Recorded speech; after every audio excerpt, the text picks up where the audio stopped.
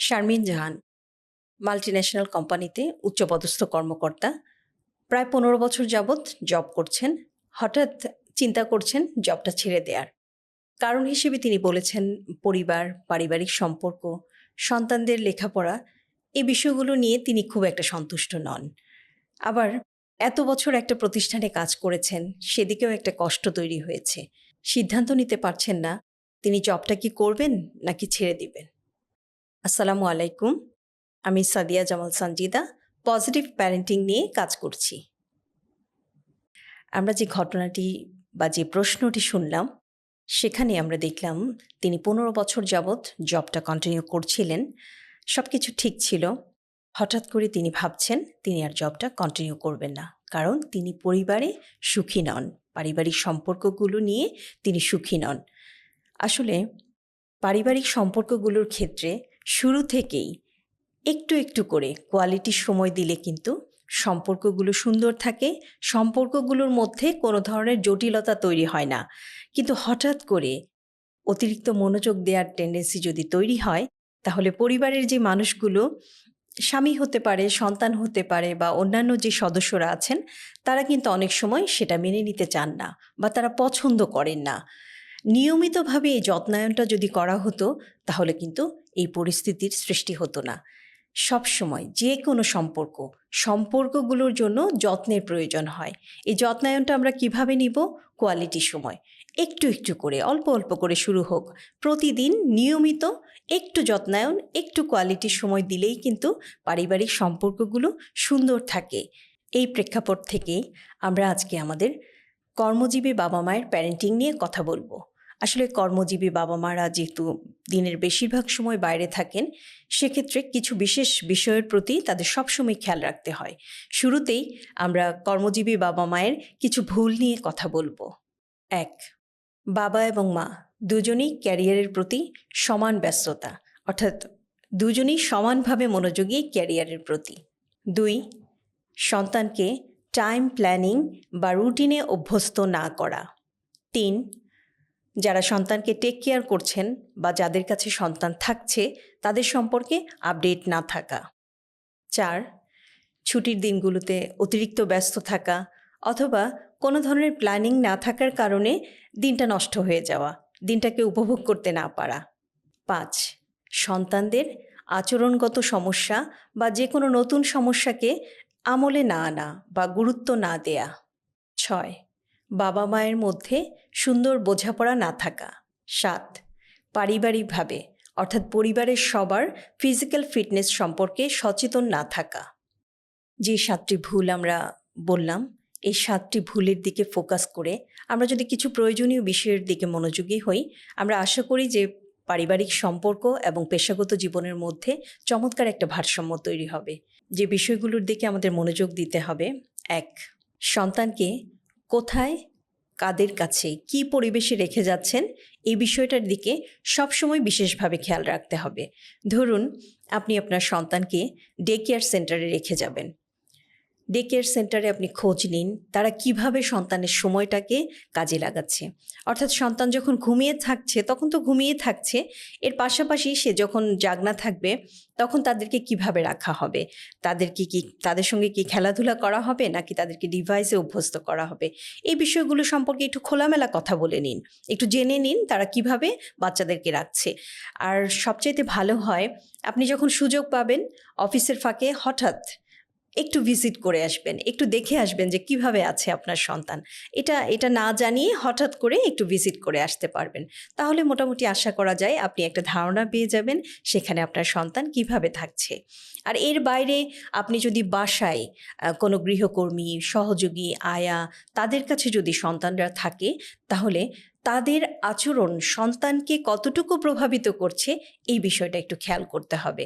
সেক্ষেত্রে আপনি আপনার সন্তানের প্রতি যদি একটু মনোযোগী হন, তার আচরণটাকে যদি একটু খেয়াল করেন, তাহলে কিন্তু বুঝতে পারবেন যে বাসায় যারা আছে তাদের আচরণে সন্তান কতটুকু প্রভাবিত হচ্ছে। আর এই বিষয়টি খেয়াল করে যে কোনো পদক্ষেপ, অর্থাৎ তাদেরকে সেই গৃহকর্মী আয়াকে একটু বুঝিয়ে, একটু যেন সে সুন্দরভাবে তার আচরণটাকে সুন্দর করে, সন্তানের সঙ্গে ব্যবহারটা যেন একটু সফট রাখে, নরম সুরে কথা বলে, এই বিষয়গুলো কিন্তু সচেতনভাবে খেয়াল করতে হবে। কারণ ছোট বাচ্চা ছোটবেলা থেকে যে আচরণ পাবে, সেই আচরণের প্রভাবটা কিন্তু সারা জীবন তার উপর থেকে যাবে। আরেকটি বিষয় হলো, এখনকার সময়ে আমরা অনেকেই আমাদের সিনিয়র সিটিজেন, অর্থাৎ আমাদের মা বাবা অথবা শ্বশুর শাশুড়ি যারা আছেন, তাদের কাছে অনেক সময় সন্তানদেরকে রেখে যেতে বাধ্য হই। আসলে বিষয়টা হলো, তারাও কিন্তু আমাদের মতো এরকম ব্যস্ত একটা সময় একসময় অতিবাহিত করেছেন, অনেক কষ্ট করেছেন তারা। এখন এই সময়টাতে এসে তারা কিন্তু একটু তাদের মতো করে, অর্থাৎ নিজেদের সময়টা একটু নিজেদের মতো করে কাটাতে চান, একটু বিশ্রাম নিতে চান, একটু অবসর চান। সেক্ষেত্রে সন্তানদেরকে যদি তাদের কাছে রাখতেই হয়, তাদেরকে এক্সট্রা সাপোর্ট দেওয়ার জন্য, অর্থাৎ তাদের জন্য কোনো রকম কষ্ট না হয় সেই জন্য অতিরিক্ত সাপোর্টের ব্যবস্থা করতে হবে। এই বিষয়টি বিশেষভাবে খেয়াল করতে হবে। 2, অফিসের ব্যস্ততা অফিসে রেখে আসুন। আসলে পরিবার এবং কাজের মধ্যে ভারসাম্য রক্ষা করতে হবে। অফিসে যে ঘটনাই ঘটুক না কেন, সেটার প্রভাব যেন বাসায় না পড়ে। 3, বাসা থেকে যখন বের হবেন, রাগারাগি চিৎকার চেঁচামেচি করে বের হবেন না। আর বাসায় যখন ফিরবেন, তখন চেষ্টা করুন হাসি মুখে বাসায় ফিরতে। আর এমন যদি হয় বাসা থেকে কিছুক্ষণের মধ্যেই বের হবেন, এর মধ্যেই এমন একটি পরিস্থিতি হয়ে গেল যেখানে আর মেজাজটাকে ঠিক রাখা যাচ্ছে না, তবুও যেটা করবেন, বিষয়টাকে পেন্ডিং রাখবেন। আচ্ছা ঠিক আছে, অফিস থেকে ফিরে এসে বিষয়টা নিয়ে কথা বলবো। অর্থাৎ একেবারে বের হওয়ার মুহূর্তেই যেন রাগারাগি চিৎকার চেঁচামেচি না হয়, এই বিষয়টা আমরা খেয়াল করব। 4, ছোটবেলা থেকেই সন্তানকে দায়িত্বশীল করে গড়ে তুলুন। সহজ স্বাভাবিক সত্যগুলোকে সন্তানের কাছে উপস্থাপন করুন। সেটা কেমন? যেমন ধরুন, আপনার সন্তান বড় হচ্ছে, বয়সের সাথে সাথে তার অনেক বিষয়, সাধারণ বিষয়গুলো জানা প্রয়োজন। যেমন সেটা হতে পারে ড্রাগ বা মাদকের যে ক্ষতিকর প্রভাব, ক্ষতিকর বন্ধুত্বের প্রভাব, অথবা প্রেম, অথবা ব্যাড টাচ, এই বিষয়গুলো সম্পর্কে সহজ স্বাভাবিক ধারণা দিন সন্তানকে। 5, বাসায় থাকি না, এই অপরাধ বোধে ভুগবেন না। আর এই কারণে সন্তানের অন্যায় আবদারকে সবসময় মেনে নেবেন না। এক্ষেত্রে আমরা বলে থাকি, আপনি যে জবটি কন্টিনিউ করছেন, আপনি কি সেখানে স্যাটিসফাইড? আপনি যদি স্যাটিসফাইড থাকেন, তাহলে কিন্তু আপনার মধ্যে এই হীনমন্যতা বা অপরাধ বোধ কাজ করবে না। কারণ আপনি যে জবটি করছেন, সেটি যদি আপনি মানুষের কল্যাণে, সমাজের কল্যাণে করে থাকেন, তাহলে কিন্তু আপনার মধ্যে কোনো ধরনের হীনমন্যতা থাকবে না। আপনি আপনার সন্তানকে, আপনার পরিবারকে বোঝাতে পারবেন, বরঞ্চ আপনার এই কাজের জন্য আপনার সন্তান, আপনার পরিবার আপনাকে সম্মান করবে, আপনার পেশাকে সম্মান করবে। 6, চেষ্টা করুন সন্তানকে সোশ্যাল করে গড়ে তুলতে, অথবা সোশ্যাল ওয়ার্কে তাকে উদ্বুদ্ধ করুন। আর খুব ভালো হয় যৌথ পরিবারে থাকতে পারলে। আসলে যৌথ পরিবারের অনেক সমস্যা থাকতে পারে, কিন্তু সন্তান লালন পালনের সুবিধাও কিন্তু অনেক।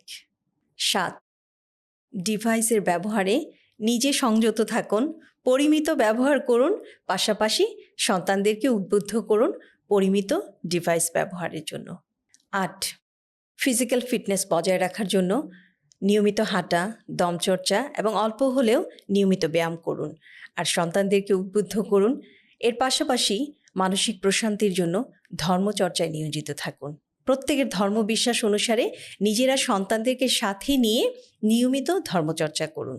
কর্মজীবী বাবা মায়েরা দিনের অনেকটা সময় ঘরের বাইরে থাকেন, যে কারণে আমরা বলে থাকি কর্মজীবী বাবা মায়েরা কখনো কঠোর শাসন করবেন না সন্তানদেরকে। সবসময় নেগোসিয়েশন বা সমঝোতা ভিত্তিক আচরণ করুন। আসলে এটাই বেশি এফেক্টিভ হয়। যেহেতু আপনি অনেকটা সময় বাইরে থাকছেন, তাকে দেখতে পাচ্ছেন না, তার মনোভাবটা বুঝতে পারছেন না, সেক্ষেত্রে তাকে একটু নরম সুরে বুঝিয়ে বলা, একটু ম্যানেজ করার চেষ্টা করলে সে কিন্তু আপনার কথাগুলো শুনতে উদ্বুদ্ধ হবে। আর এর পাশাপাশি যে বিষয়টা আমাদের খেয়াল করতে হবে, যেহেতু আমি দিনের অনেকটা সময় বাইরে থাকছি, তার সঙ্গে আমার যোগাযোগ হচ্ছে না, সেক্ষেত্রে তার কথাগুলো আমাকে একটু বেশি শুনতে হবে। সে কী বলতে চায়, তার দৃষ্টিভঙ্গিটা কী, সে কথাগুলো আমাকে শুনতে হবে, মনোযোগ দিয়ে শুনতে হবে। সবচাইতে বড় যে বিষয়টি, আমরা যদি আমাদের কাজে, আমাদের পেশায় স্যাটিসফাইড থাকি, অর্থাৎ আমি যে কাজটি করছি, এই কাজটি মানুষের কল্যাণে করছি, সমাজের প্রয়োজনে করছি, দেশের জন্য করছি, তাহলে কিন্তু খুব সহজেই আমি আমার পরিবারের মানুষকে উদ্বুদ্ধ করতে পারবো এবং তাদের মধ্যে সম্পর্কটাও সুন্দর থাকবে। বরঞ্চ তারাই আমাকে অনুপ্রাণিত করবে আমার এই কাজে মনোযোগ দেওয়ার জন্য, সময় দেওয়ার জন্য। সব কিছু গোছানো থাকবে। আর সন্তানদেরকে বোঝাতে হবে, তাদেরকে উদ্বুদ্ধ করতে হবে, তোমরাও এরকম কাজ করবে, এর চাইতে অনেক বড় বড় কাজ তোমরা করবে। তাহলেই কিন্তু তারা আপনাকে সহযোগিতা করবে, পারিবারিক সম্পর্কগুলো সহজ হবে, সুন্দর হবে। আজ এই পর্যন্তই। আজ আমরা যে বিষয়টি নিয়ে কথা বললাম, এই বিষয়ে আপনাদের যে কোনো প্রশ্ন বা মতামত কমেন্টে জানাতে পারবেন। সবাই ভালো থাকুন, নিয়মিত মেডিটেশন করুন, পরিবারকে সময় দিন, সবার পরিবার হোক আলোকিত পরিবার। আসসালামু আলাইকুম।